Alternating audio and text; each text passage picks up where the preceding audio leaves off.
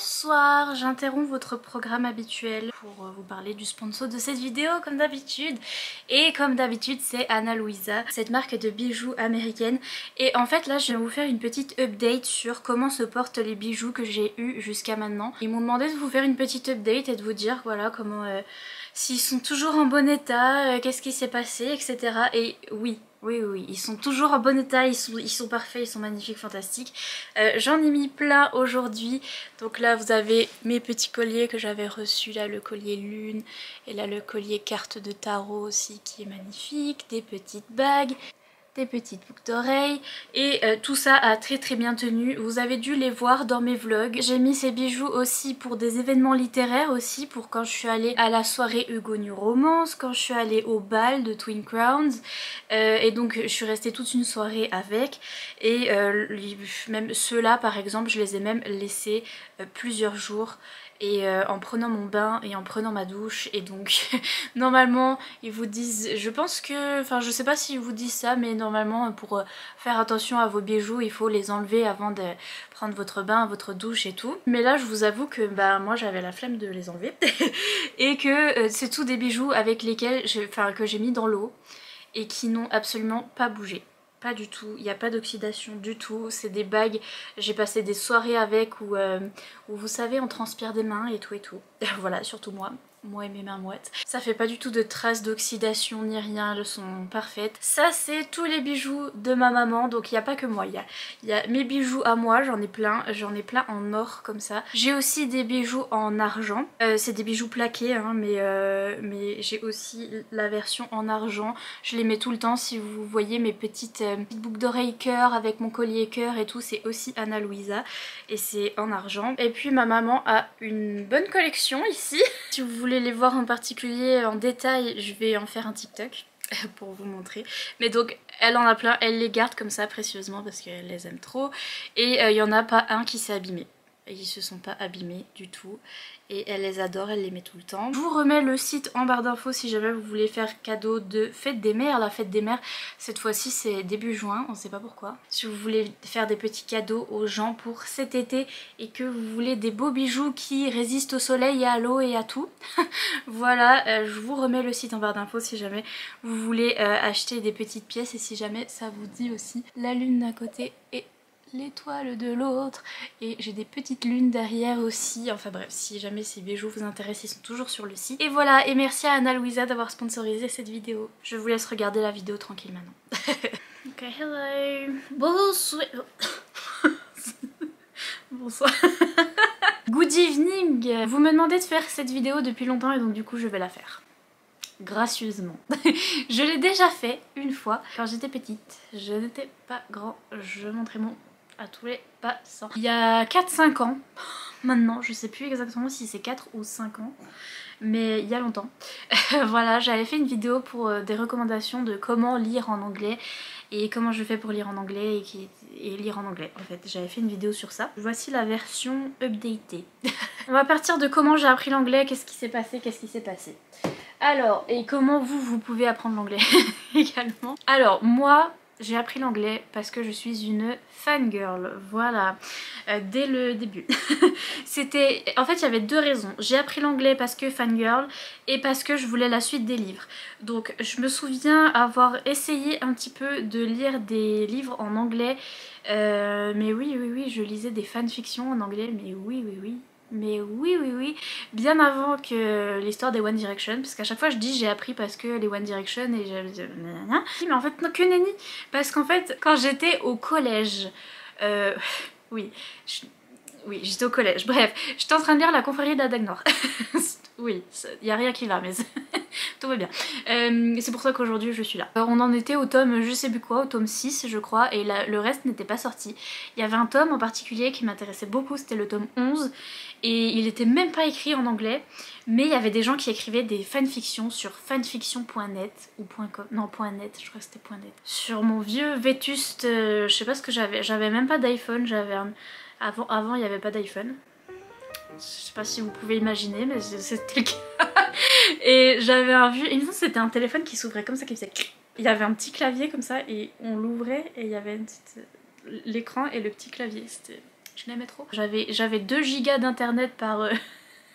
Même pas, je crois que j'avais quelques émos d'internet sur mon forfait et j'allais sur fanfiction.net et après j'allais sur mon ordinateur aussi parce que je pouvais pas lire sur mon téléphone. Mais donc j'allais sur fanfiction.net et je lisais des fanfictions sur Queen et Blay, donc sur les personnages du tome 11, et ce qui fait que après le tome 11 est sorti, bien après, j'ai été trop déçue parce que les fanfictions étaient trop bien. Incroyable les fanfictions, incroyable, trop bien trop bien. J'ai lu des fanfictions mais incroyables. Et après elle a sorti le bouquin, j'étais là, la fanfiction était mieux. Et est-ce que je comprenais quelque chose? Non. je comprenais pas tout, mais j'étais déjà happy du peu que je comprenais. J'avais un niveau normal quand... enfin normal. Le niveau collège, j'imagine, j'avais le niveau B1, B2 ou je sais pas quoi, au collège qu'on m'avait appris.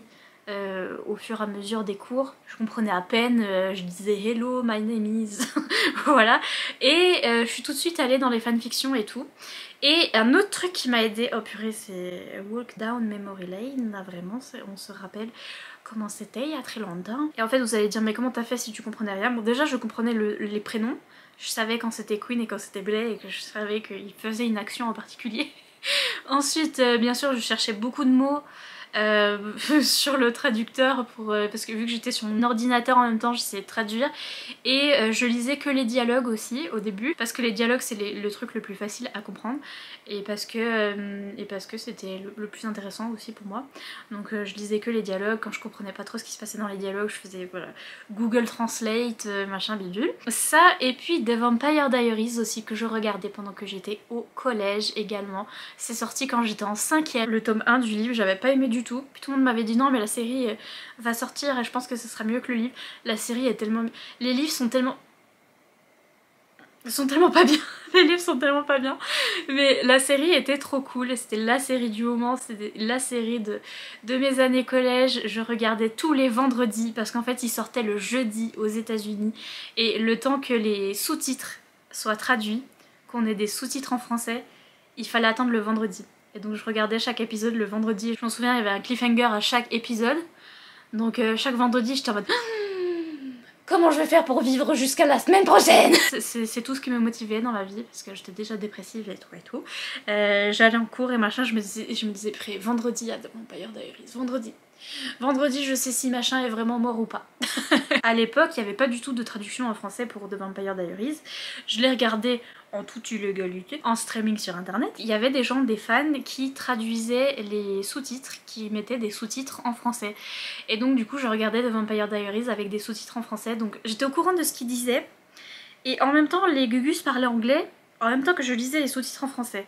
Et donc j'avais un petit peu une idée, je faisais un peu des associations entre si par exemple il disait qu'un seul mot et qu'il était traduit juste en dessous, bah, j'avais tendance à capter ce que voulait dire le mot.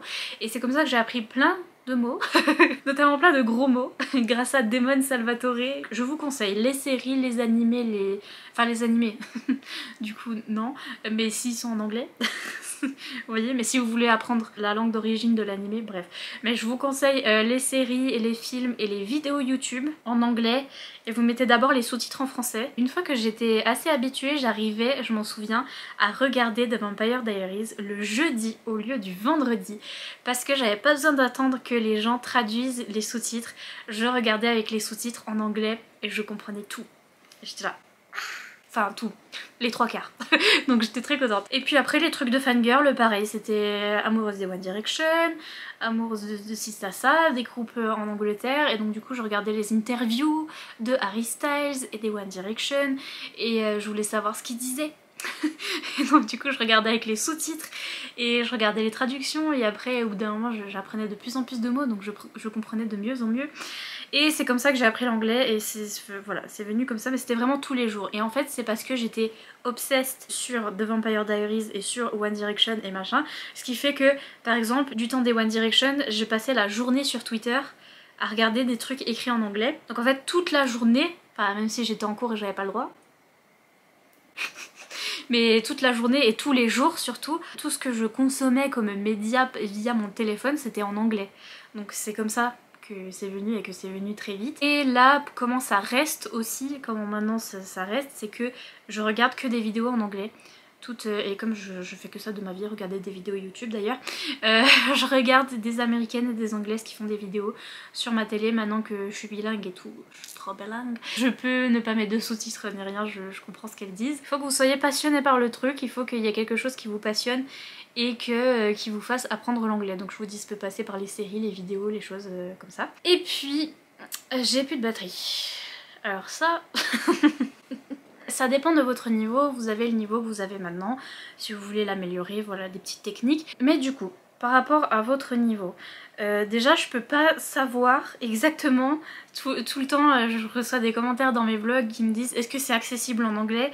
Et je dis ça dépend, accessible à qui? Parce que je peux pas savoir en fonction de votre niveau et en fonction de votre niveau de compréhension en fait ce qui va marcher pour vous ou pas. Du coup, petit conseil, essayez. Sur Amazon, il me semble qu'on peut feuilleter, avant d'acheter le livre, on peut feuilleter le livre, lire une première page ou essayer de lire le résumé en anglais déjà, voir si vous comprenez le résumé en anglais.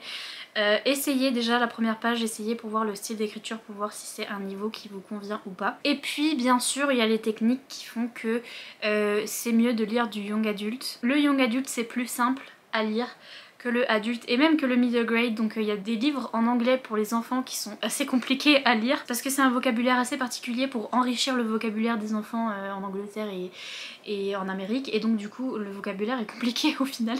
Donc voilà, je recommande pas trop la jeunesse mais je recommande le young adulte, par exemple A Curse So Dark and Lonely que j'ai ici, qui est de la romantasy young adulte. Vous pouvez tester en anglais. Après tout dépend du vocabulaire en fait, et vous allez développer votre vocabulaire de fantasy et de romantasy en lisant. Il y a ça aussi, faut pas désespérer et ça va venir petit à petit. Donc c'est ça que je faisais moi quand je lisais des fanfictions et je comprenais pas tout. J'étais en mode c'est pas grave, il y a 2-3 scènes où j'ai l'idée de ce qui s'est passé et ça me rend happy. Voilà, je suis contente d'avoir eu ma petite scène. Mais voilà, au début ça va être comme ça, c'est obligé. Mais petit à petit vous allez aussi enrichir votre vocabulaire à force de lire, et surtout le vocabulaire de romantasy, de fantasy, etc. Parce que quand c'est du contemporain, donc du coup voilà, si vous voulez lire du contemporain, c'est plus facile. C'est sûr que c'est plus facile. Et si vous voulez lire de la romantasy, le vocabulaire va venir à force que vous lisiez. Moi c'était des trucs que je connaissais pas, le vocabulaire médiéval des châteaux et des dragons et des machins. Je connaissais rien du tout moi, alors que j'étais déjà bilingue, etc. Ce que je fais c'est que sur ma Kindle je traduis le mot. C'est hyper pratique sur la Kindle, il suffit d'appuyer sur le mot longtemps et vous avez la traduction qui s'affiche. Souvent j'utilise ce truc de traduction sur la Kindle. Il y avait un truc, je m'en souviens, j'avais cherché, c'était de l'orge. Je sais plus comment on dit de l'orge en anglais, je sais plus. Je l'avais cherché, puis en français c'était écrit de l'orge, et j'étais en mode... Je savais même plus que ça existait de l'orge en français, genre. C'est une céréale, si jamais... Enfin, parce que moi je savais pas. J'étais en mode mais c'est quoi de l'orge? Une céréale. Et donc voilà, il y avait des trucs comme ça, et des fois même quand je traduis en français, le mot en français je suis là, bah ça veut dire quoi? Il y a vraiment des trucs que j'ai appris niveau château, niveau vous voyez les douves du château, la grille du château, les portes et les différentes parties de l'architecture médiévale. J'ai appris au fur et à mesure en lisant de la fantasy. Et donc le conseil c'est d'abord commencer avec un favori, quelque chose qui vous rend, enfin qui vous hype vraiment beaucoup. Donc ça peut être un livre que vous n'avez pas encore lu par exemple, un livre qui n'est pas encore sorti et qui est un de mes favoris ces derniers temps, c'est Fourth Wing de Rebecca Yarros, qui écrivait de la romance, enfin qui écrit toujours de la romance contemporaine. Donc c'est de la romantasy ici, mais young adulte, enfin entre le young adulte et le adulte, donc c'est abordable. Il y a des mots particuliers, etc. Bon, il y a des mots qui correspondent aussi au monde de fantasy, mais ça on va vous expliquer les mots dans le texte, donc ça va. Il faut que ça vous hype, et je sais qu'il y a plein de gens que ça a hypé parce qu'en fait il est pas encore traduit, et celui-là il va être traduit mais il va mettre du temps, ce sera pas l'année prochaine, ce sera l'année d'après parce qu'il vient vraiment de sortir en anglais.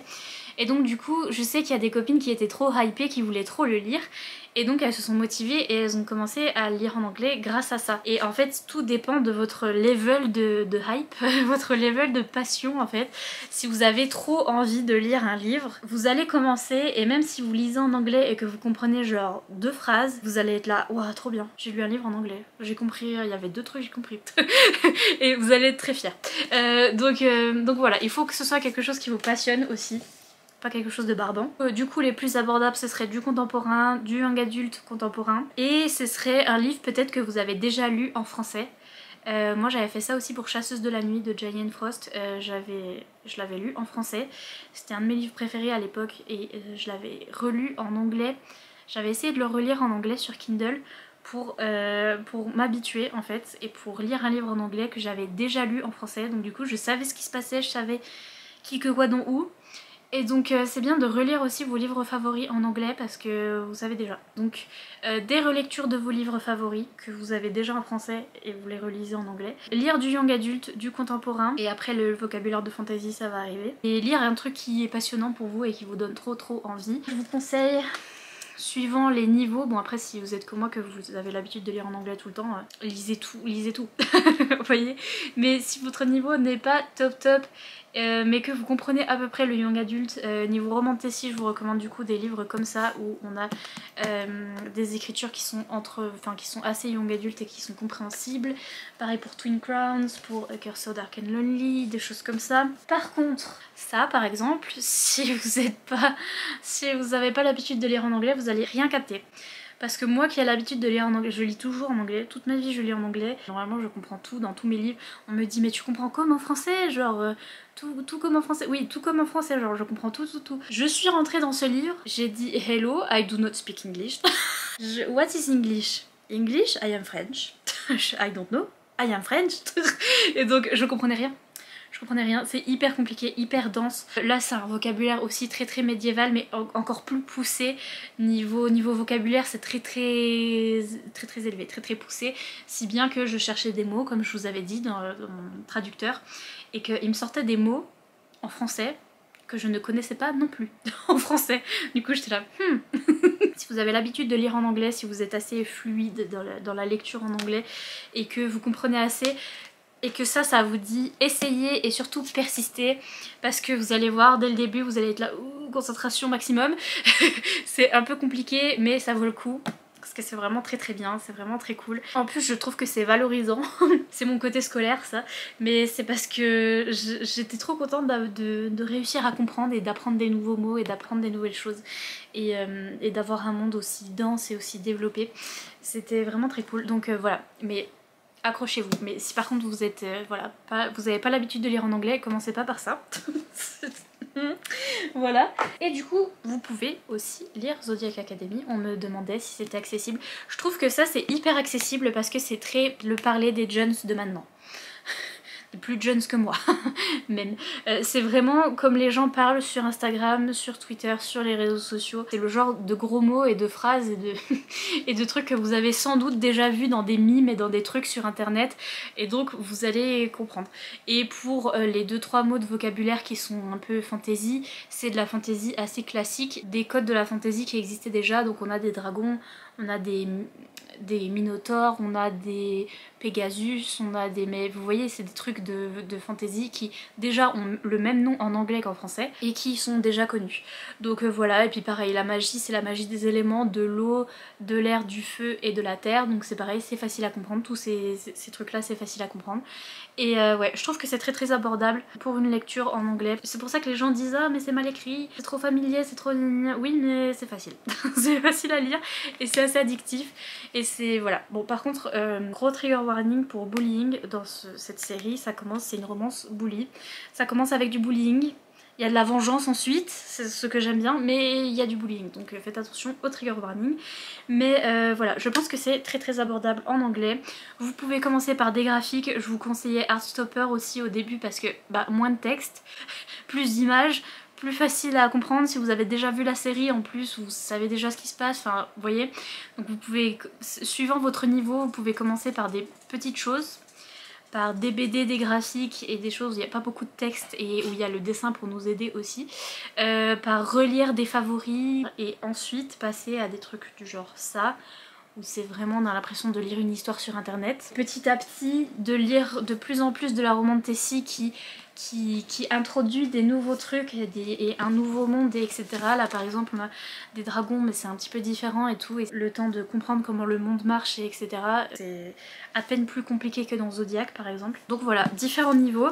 Et après une fois que vous avez lu tout ça, vous êtes au niveau pro et vous pouvez vous attaquer à Blood Mercy. Vous allez avoir mal à la tête mais ça vaut le coup. Et c'est ça le but, c'est de passer les niveaux comme dans un jeu vidéo. Voilà, et d'arriver à Blood Mercy. C'est vraiment ça, c'est vraiment le boss. C'est le boss du boss, c'est le dernier niveau. L'appli Kindle c'est pas mal pour traduire.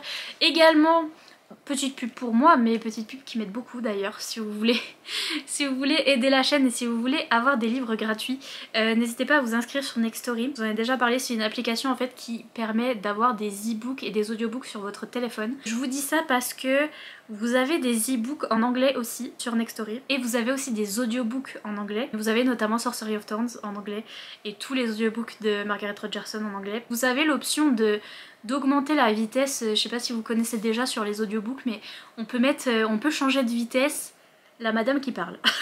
La madame elle est là, nanana. On peut accélérer sa voix ou on peut décélérer sa voix, ce qui fait que en anglais par exemple, si vous trouvez que la madame elle parle trop vite ou le monsieur il parle trop vite, vous pouvez décélérer le truc et donc appuyer sur la petite tortue. Il me semble qu'il y a des petites tortues et des petits lièvres. Mais donc appuyer sur les petites tortues et du coup ça va vraiment décélérer sans changer la voix du narrateur ou de la narratrice. Et si jamais ça vous intéresse, vous avez 45 jours gratuits avec mon lien en barre d'infos et du coup je suis rémunérée à chaque fois qu'une personne s'inscrit. Et donc voilà, et donc c'est ça qui fait vivre la chaîne. Mais donc voilà, c'était tout.